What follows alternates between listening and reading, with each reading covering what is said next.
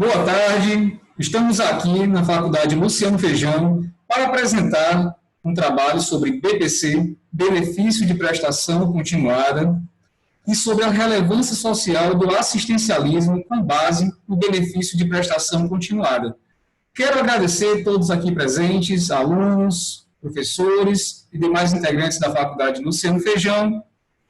Vou apresentar agora a equipe contará comigo, Ciro Coelho de Sá Bevilacqua, Silmara Araújo Carneiro, Stephanie Lara Félix de Brito, Maria Elaine Almeida, Elizabeth Paiva, Sara Aguiar Souza. O presente trabalho, ele explorará o tema sobre BPC, diferindo de LOAS e do segurado especial, aonde será explicado cada tema juntamente com a sua fundamentação. Sobre o BPC, a gente vai ver o conceito, as características, quem pode receber, procedimentos para requerer o benefício, informações interessantes, cálculo de renda per capita para idoso, antecipação do BPC como auxílio emergencial, microcefalia e quais as documentações necessárias para requerer o benefício. Adentrando ao tema assistência social. O conceito assistência social é um dos integrantes do tripé da Seguridade Social, completada pela Previdência e pela Saúde. Então, a assistência, ela tem a Seguridade, a Previdência e a Saúde. Assistência vem do latim assistentia, o que significa o ato ou efeito de assistir, de amparar a quem precise, quem está necessitado, aonde não há a obrigatoriedade de uma contraprestação pecuniária. Um breve histórico sobre a assistência social. A história nos diz, em tempos bíblicos, a origem da assistência social. Essa origem se dá no termo dízimo. Dízimo significa 10% daquilo que eu produzo. Tudo que eu produzo, esses 10% vai ser destinado para quem está necessitado. À época, era destinado aos estrangeiros, aos órfãos e viúvas, porque à época existiam muitas guerras entre as comunidades, as tribos, e geralmente quem morria eram os homens, os mantenedores da família. Assim, a comunidade, através do dízimo, amparava essas pessoas que necessitavam. Isso historicamente. A assistência social, de forma explícita, ela surgiu através da Igreja Católica, no século XV, com a criação das organizações, dos movimentos religiosos, próprio católico, que difundiam a assistência social, a cura, a alimentação, a hospedagem. E isso foi se propagando no seio da sociedade. Quem aqui não tem alguém na família, um avô ou um bisavô, que tinha uma família bem numerosa? O meu avô, por exemplo, teve 15 irmãos. Por que isso? Porque a família servia como mecanismo de assistência social. Porque eu, como patriarca da família, quando chegar o momento de eu não conseguir mais me sustentar, os meus filhos, a minha prole, vai fazer o meu sustento. Vai cada um tirar um pouquinho e ajudar aquele velhinho, ao seu pai. E isso foi no seio da família, passando para o seio da sociedade, a comunidade. Quando alguém dessa comunidade necessita, as pessoas se reúnem e amparam aquela família, aquela pessoa, dando um remédio, uma quantia em dinheiro, ou alimentação, ou o que quer que seja. Depois disso, existiu o fim do absolutismo, a Revolução Francesa, e surge o liberalismo. No liberalismo, se esquece toda essa questão do assistencialismo. Nós temos na Revolução Industrial, vimos que o lucro era o pilar fundamental do liberalismo econômico. assim as famílias passavam fome, necessidades, muitos morriam. E vimos que esse modelo de Estado liberal, onde se visa o lucro, não é bem pautado para o âmbito social. A partir desse momento, começou o Estado a intervir nas relações sociais e surgiu o estado de bem-estar social. No Brasil, a assistência ela não é estruturada em uma legislação própria, mas sim em conjunto com a Previdência Social. Antes de existir o INSS, existia o INPS, Instituto Nacional de Previdência Social. Nesse órgão do Estado, só tinha direito à assistência à saúde, por exemplo, quem tinha carteira assinada. Então, não era de forma difusa essa assistência. Ela era específica para uma contrapartida pecuniária previdenciária. E isso não é assistência. Senhora? O próximo. O áudio.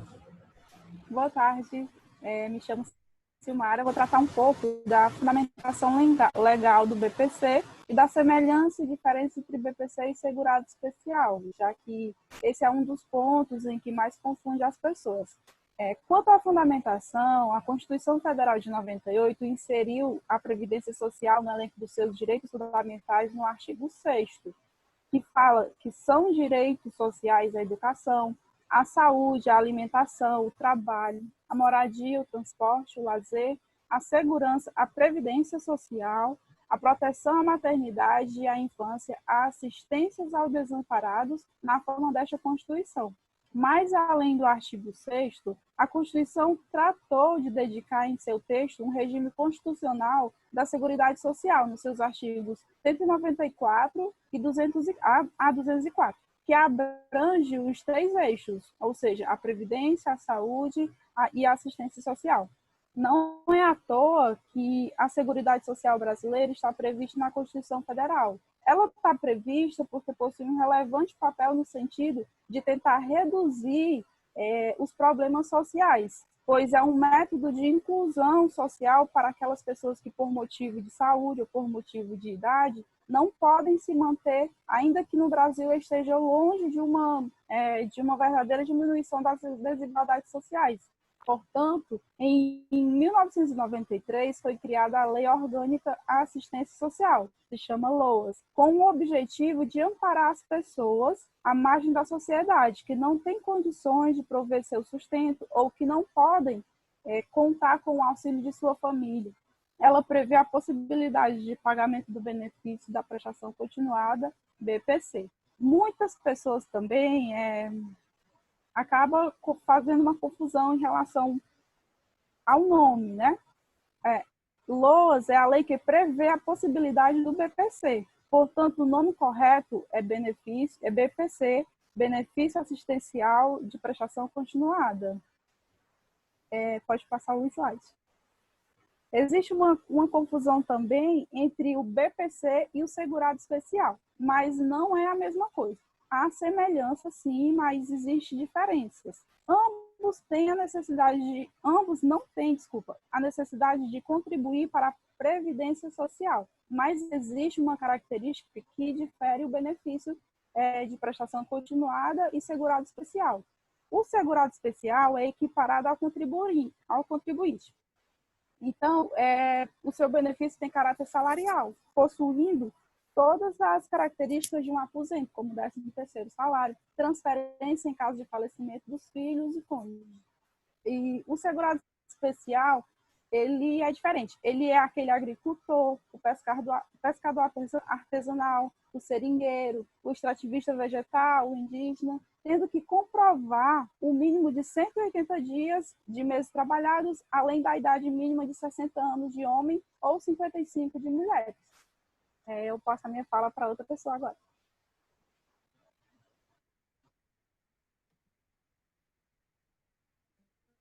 Boa noite. Meu nome é Stephanie. Eu vou falar um pouco sobre o que é benefício assistencial. Não, o que é o benefício de prestação continuada, BPC. Ele é um benefício. Não, sim. Pronto.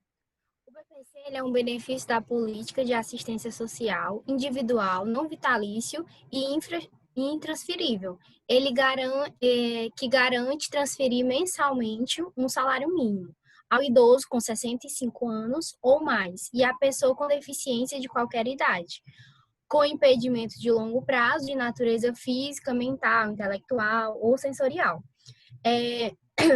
Que que comprovem não possuir meios para promover a própria manutenção, nem de detê-la provida por sua família.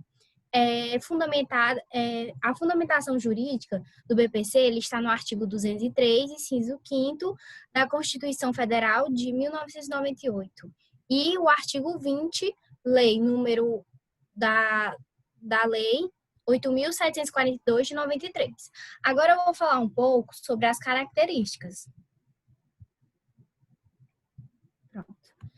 Individual, ou seja, o próprio nome é bem explicativo, ele não pode ser pago o mesmo beneficiário para outra pessoa. Não pode ser dos titulares. A pessoa menor de idade, ela pode também nomear outra pessoa, né, para receber no seu lugar, mas fora isso não pode. Não é vitalício, o benefício depende da constatação dos requisitos que sejam a sua concessão. É intransferível, o benefício ele não pode ser transferido para outras pessoas. É único, é para aquela pessoa e pronto. Mensal, o benefício é no valor de um salário mínimo e é pago mínimo por mês e dessa forma ela é continuada. A comprovação de renda de 1/4 do salário mínimo per capita é um salário mínimo por mês. O referido valor, ele é previsto na Constituição Federal do artigo 203, inciso 5º, e na Lei Orgânica da Assistência Social, Lei 8.742 de 1993, do artigo 20, caput. Esse valor, conforme o artigo 6º, inciso 4º, da Constituição Federal de 88, ela deveria ser o suficiente para atender a necessidades vitais básicas e as de sua família, como moradia, alimentação, educação, lazer, saúde, vestuário, higiene, entre essas coisas. Ao idoso com 65 anos ou mais, segundo o Estatuto do Idoso, Lei número 10.748 de 2003, considera-se pessoa idosa aquela com 60 anos de idade ou mais. No entanto, o mesmo Estatuto do Idoso, ao tratar da assistência social, traz em seu artigo 34 a previsão de que os idosos a partir de 65 anos que não possuem meios para promover a subsistência nem de detê-la promovida por sua família, é assegurado o benefício mensal. E também a pessoa com deficiência. É importante ressaltar que, além da comprovação da deficiência, que gera impedimento de longo prazo, para o requerente ter acesso ao benefício, é necessário também a comprovação de que o requerente não possui meios de promover a própria manutenção nem detê-la, promovido por sua família. Os requisitos de deficiência e renda, ou idade e renda, não, são, portanto, cumulativos. Agora eu vou passar a palavra para a minha amiga Elaine. Boa tarde. Volte, viu, Silvio? Volte. Me chamo Maria Elaine e vou falar sobre quem pode receber o BPC, né? Podem ter direito a receber esse BPC, né? Os brasileiros, nato ou naturalizado, e as pessoas também de naturalidade portuguesa.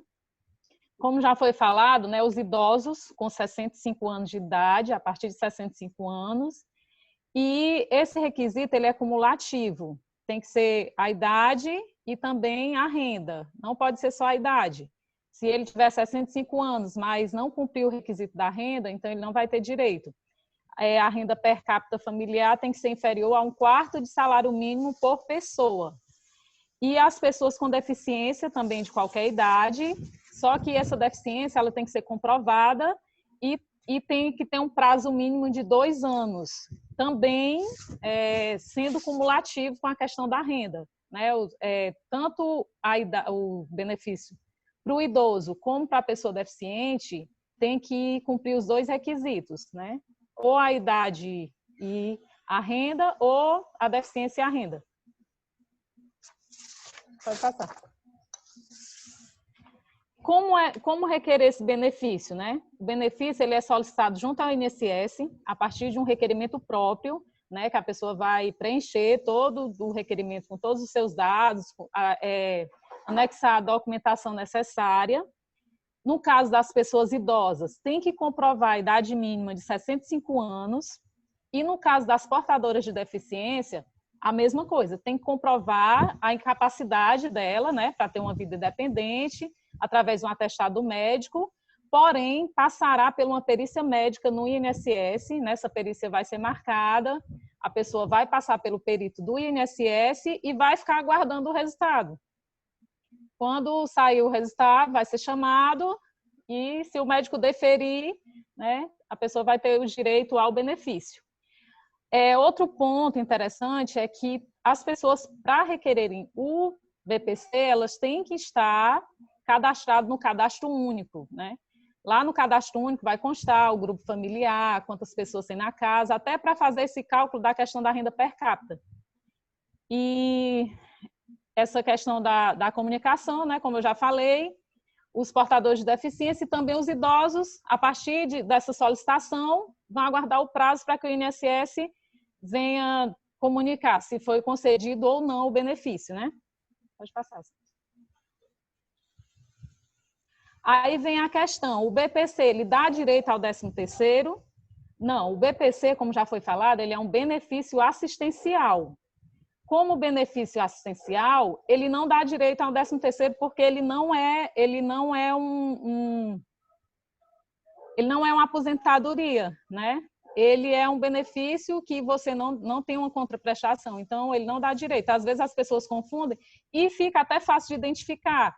Caso uma pessoa, às vezes diz assim, eu sou aposentada, aí você diz, mas você recebe 13º? Não, então a pessoa não é aposentada, ela recebe um benefício assistencial, né?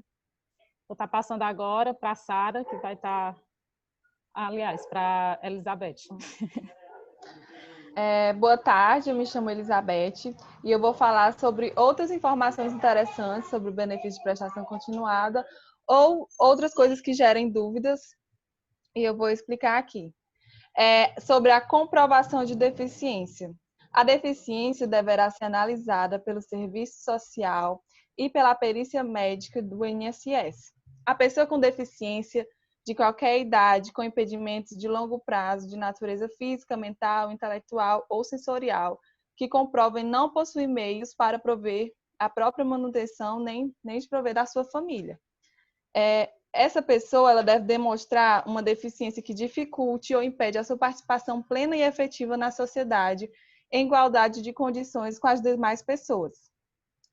Outra coisa que podem ter dúvida em relação ao BPC em relação ao adicional de 25% para beneficiários que necessitem de assistência permanente de terceiros. Bom, esse acréscimo de 25% do BPC não é possível, pois o benefício assistencial de prestação continuada não é uma aposentadoria e nem benefício previdenciário, é um benefício assistencial. Bom, a previdência e a assistência, apesar de estarem juntas dentro da Seguridade Social, são sistemas totalmente diferentes, não, mas são sistemas diferentes. Uma observação é que somente o aposentado por invalidez possui este direito, seja por idade avançada ou por contraírem doenças graves. Esse adicional de 25% é para pessoas que têm a chamada grande invalidez, ou seja, pessoas que precisam de ajuda de terceiros para coisas básicas da sua vida, como tomar banho, se vestir, entre outros. Ou seja, esse adicional não está dentro do BPC, ele está dentro da Previdência. Sobre a concessão ao recluso. Bom, também não existe.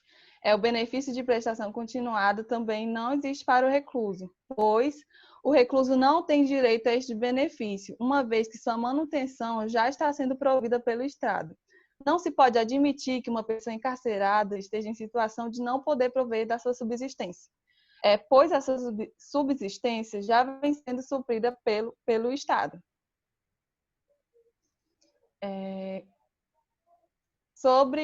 A Elaine já falou sobre a concessão ao português, e eu vou falar aqui mais um pouco também.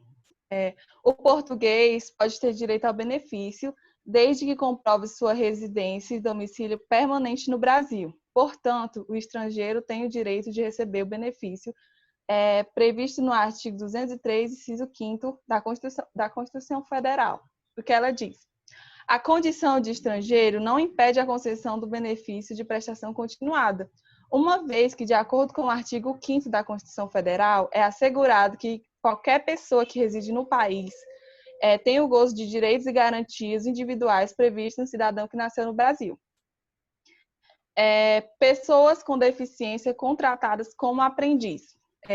A pessoa com deficiência contratada na condição de aprendiz poderá acumular o benefício de prestação continuada e a remuneração do contrato de aprendiz com deficiência, e terá o seu benefício suspenso somente após 2 anos. Após 2 anos do benefício, concomitantemente com a sua remuneração. O trabalho da pessoa com deficiência. A pessoa com deficiência que retomar a trabalhar terá o seu benefício suspenso, mas não cancelado, e deverá informar o retorno do trabalho sobre o risco de manutenção indevida. Entretanto, caso ele volte a ficar desempregado, o benefício voltará a ser pago, basta apenas a pessoa com a deficiência requerer ao INSS a retomada do pagamento do benefício. Desta forma, a pessoa com deficiência tem tranquilidade e segurança caso queira trabalhar, pois, caso não dê certa experiência, ela terá a condição de voltar a receber o pagamento imediatamente. Requerimento por terceiros. Caso a pessoa não possa comparecer ao INSS, o cidadão tem a opção de nomear um procurador para fazer o requerimento em seu lugar. No entanto, o requerente deve estar presente para avaliação e perícia médica. E o benefício será concedido ou mantido para inscrições de CAD único que tenham sido realizadas ou atualizadas nos últimos 2 anos. Pode passar o slide, por favor. O slide, obrigada. O BPC não pode ser acumulado com outro benefício no âmbito de Seguridade Social. A Lei Orgânica da Assistência Social determina que o benefício assistencial não pode ser acumulado com outro benefício, salvo os de assistência médica, de pensão especial de natureza indenizatória. O BPC não pode ser acumulado com aposentadorias, pensões ou com benefícios de outro regime, como seguro-desemprego. Como este é um assunto muito amplo, caso tenha mais dúvidas, a pessoa pode ligar para o telefone 123, pode ver pelo site gov.br, Meu INSS, ou pelo aplicativo Meu INSS, que tem no Google Play ou no App Store. Próximo. Obrigada. Boa tarde, meu nome é Sara. Eu irei falar sobre o cálculo da renda per capita quando idoso. De acordo com o artigo 34 do Estatuto do Idoso, rege que aos idosos, a partir de 65 anos, que não possuam meios para prover sua subsistência, nem de tê-la provida por sua família, será assegurado o benefício mensal de um salário mínimo. Este benefício não será contabilizado para fins do cálculo da renda per capita familiar. Vale salientar que antes era diferente. O BPC para o idoso entrava na base de cálculo. Hoje, esse benefício não entra no cálculo da renda per capita familiar. Logo, podendo haver mais de um idoso recebendo o benefício de prestação continuada na mesma família. Pode passar. Agora eu irei falar sobre a antecipação do BPC. O benefício será antecipado para as pessoas que requererem o benefício de prestação continuada. Nesse período de pandemia, o governo antecipará o valor de R$ 600, este igual o valor do benefício emergencial, tendo a mesma finalidade. Caso o requerente do BPC tenha aprovação de sua solicitação, este irá receber os valores atrasados deduzido do valor da antecipação. Por fim, irei falar sobre a pensão especial destinada à criança com síndrome congênita do Zika vírus. Esta pensão especial é a garantia de um salário mínimo mensal, vitalício e intransferível à criança nascida entre 1º de janeiro de 2015 e 31 de dezembro de 2019, beneficiária do benefício de prestação continuada. Vale salientar que há, no benefício de prestação continuada, características diferentes da pensão especial à criança com síndrome congênita do Zika vírus. No BPC, existe a questão do cálculo da renda per capita. Já na pensão especial, não há necessidade de fazer cálculo de renda per capita. Outra característica é que no BPC, em relação ao Zika vírus, era temporário, de no máximo 3 anos, o benefício, né? Já na pensão especial, ela é vitalícia. Pronto, Silvio.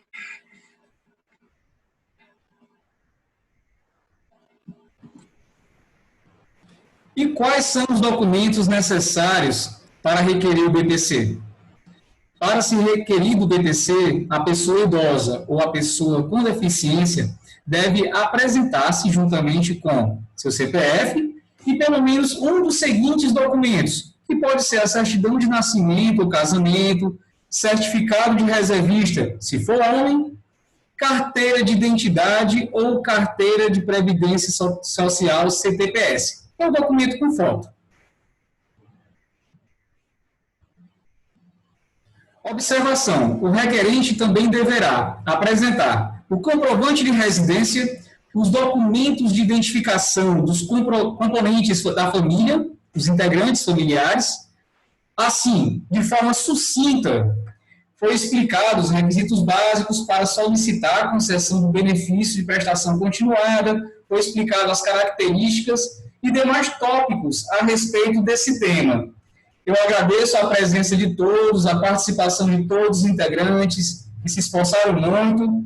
E aqui uma frase finalzinha para poder modificar e alegrar o dia, né? Que as dificuldades preparam as pessoas comuns para destinos extraordinários. Então, mais uma vez, meu muito obrigado e salve aqui a todos por essa oportunidade.